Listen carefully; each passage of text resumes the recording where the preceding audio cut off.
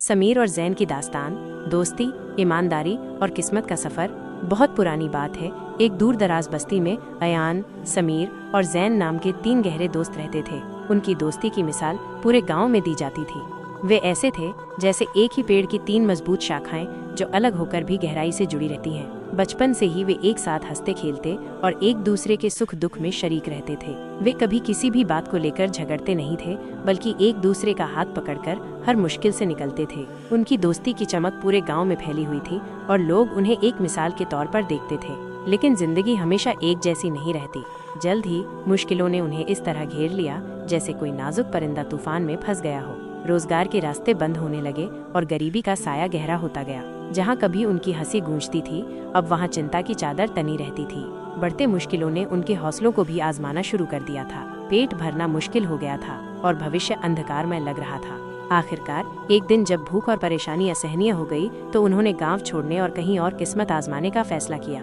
वे जानते थे कि अपना घर छोड़ना आसान नहीं है, लेकिन ठहरे रहने का मतलब था कि गरीबी उन्हें पूरी तरह से निगल जाएगी। उन्होंने अपनी थोड़ी सी जमा पूंजी इकट्ठी की, कुछ कपड़े और थोड़ा राशन साथ लिया और उम्मीदों के सहारे एक अनजान मंजिल की तरफ निकल पड़े। रास्ता लंबा था और उनके कदमों में थकान थी, मगर उनके दिलों में एक बेहतर जिंदगी की उम्मीद का चिराग रोशन था। कई घंटों के सफर के बाद वे एक सुनसान और अनजान इलाके में पहुंचे, जहां सिर्फ घने पेड़ और एक अजीब सी खामोशी छाई हुई थी। सूरज धीरे धीरे ढलने लगा और शाम की ठंडी हवा ने उनकी थकान को और बढ़ा दिया। तीनों दोस्त एक बड़े घने पेड़ के नीचे बैठ गए।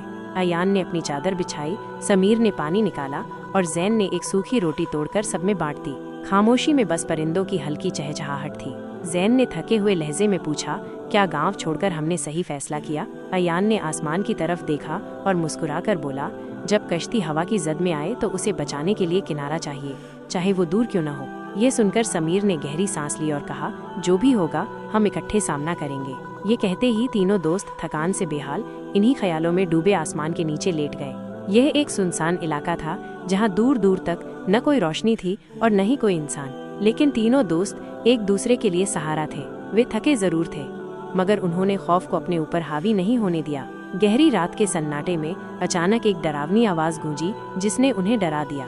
अयान ने धीमी आवाज में कहा, ये आवाज खतरनाक लग रही है। समीर और जैन तुरंत सीधे होकर बैठ गए। उनके दिल की धड़कनें तेज हो चुकी थीं। समीर ने धीरे से पूछा, यह क्या हो सकता है? आदमी तो नहीं लग रहा। वे तीनों धीरे धीरे फुसफुसा रहे थे कि अचानक दूर घास में कोई चीज तेजी से हरकत करने लगी। अयान ने डर के मारे देखा कि एक खौफनाक भेड़िया उनकी तरफ दौड़ रहा है।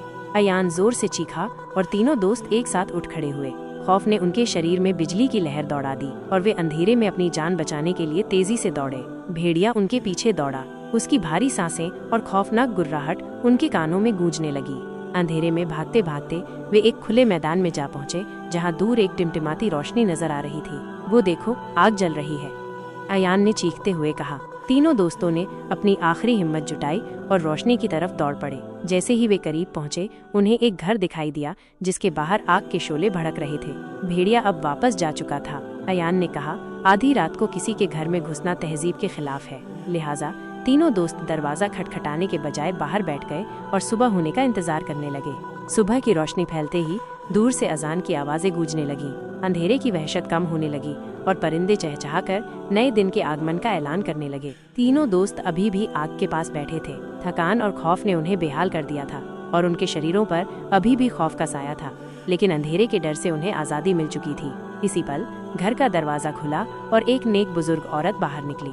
नमाज से फारिग होकर जैसे ही उनकी नज़र तीनों नौजवानों पर पड़ी, वो हैरान रह गईं। कुछ देर तक वो उन्हें गौर से देखती रहीं, फिर नरमी से बोली, बेटा तुम कौन हो और यहाँ क्यों बैठे हो? बूढ़ी औरत ने उनकी हालत देखी और शफकत भरी मुस्कुराहट के साथ कहा, बेटा बाहर क्यों बैठे हो? अंदर चलो, मेरे घर में आराम करो, शायद तुम थके हुए और भूखे भी हो। बूढ़ी औरत ने तीनों दोस्तों की खूब मेहमान नवाजी की। जब उन्हें पता चला कि वे मजदूरी के लिए आए हैं, तो शफकत से बोली, बेटा मेरी 5 गायें जंगल में खो गई हैं। अगर तुम उन्हें ढूंढकर वापस ले आओ तो मैं तुम्हें अच्छा इनाम दूंगी। अयान ने हिम्मत से कहा, माँ जी, हम पूरी कोशिश करेंगे कि आपकी गायें ढूंढ कर लाएं। बूढ़ी औरत ने खुश होकर उनके सिरों पर हाथ रखा और दुआएं देने लगी। तीनों दोस्तों ने नाश्ता किया और जंगल की तरफ रवाना हो गए। जंगल में खतरनाक जानवर भी थे, मगर उनके पास कोई और रास्ता नहीं था। वे पैसों के लिए कुछ भी करने को तैयार थे।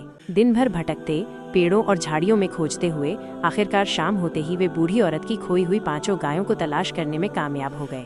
गायों को वापस लाते ही बूढ़ी औरत की खुशी का कोई ठिकाना न रहा। उसकी आंखों में कृतज्ञता के आंसू आ गए। उन्होंने मोहब्बत भरे लहजे में कहा, बेटा अब शाम हो चुकी है, जंगल के जानवर कभी भी हमला कर सकते हैं। बेहतर होगा कि रात यहीं गुजारो और सुबह होते ही अपना इनाम लेकर जहाँ जाना चाहते हो चले जाना। तीनों दोस्तों ने एक दूसरे की तरफ देखा। वे थकान और भूख से बेहाल थे, लिहाजा उन्होंने रुकने का फैसला कर लिया। सुबह होते ही तीनों दोस्तों ने अपना सामान समेटा और जाने का फैसला किया। लेकिन अयान के दिल में एक सवाल मचल रहा था। उसने बूढ़ी औरत की तरफ देखकर पूछा, माँ जी, आपका कोई रिश्तेदार नहीं? इस सुनसान जंगल में आप कैसे जिंदगी गुजारती हैं? बूढ़ी औरत मुस्कुराकर बोली, बेटा, मेरे 2 बेटे और एक बेटी है जो शहर में ब्याह चुकी है। मेरे बेटे बहन की खबर लेने शहर गए हैं, बस उनकी वापसी का इंतजार है। फिर बूढ़ी औरत अंदर गई और एक थैली लेकर आई, जिसे अयान के हाथ में थमाते हुए बोली, बेटा, ये तुम तीनों के लिए इनाम है। इसमें तुम्हारी सोच से ज्यादा दौलत है। हर गाय के बदले सोने की अशर्फियाँ हैं, उसे अपने दरमियान तकसीम कर लेना। अयान ने थैली खोली तो हैरान रह गया, मगर फौरन अदब से बोला, माँ जी, हमें पैसों की जरूरत तो है, लेकिन हम आपकी जरूरत का फायदा नहीं उठा सकते। ये आप रख लें। वैसे भी हम मजदूरी करने आए हैं, कहीं और जाकर कमा लेंगे। मगर बूढ़ी औरत ने उनकी सच्चाई और मेहनत देखकर जिद की और अशर्फियाँ उन्हें दे दी। कहानी से सबक: दोस्ती की अहमियत। दोस्ती एक अनमोल रिश्ता है जिसे दौलत या किसी और चीज के लिए कुर्बान नहीं करना चाहिए। ईमानदारी का फल, ईमानदारी और नेक नियति का फल हमेशा मिलता है। लालच से बचाव। लालच सिर्फ दूसरों के लिए ही नहीं, बल्कि खुद इंसान के लिए भी तबाही का कारण बन सकता है। ये कहानी हमें सिखाती है कि माल और दौलत अस्थायी चीजें हैं, लेकिन रिश्ते बेहद कीमती होते हैं। अपने रिश्तों का सम्मान करें, चाहे वो दोस्ती हो या खून का रिश्ता। इससे दुनिया और आखिरत दोनों में लाभ और महान सवाब मिलता है।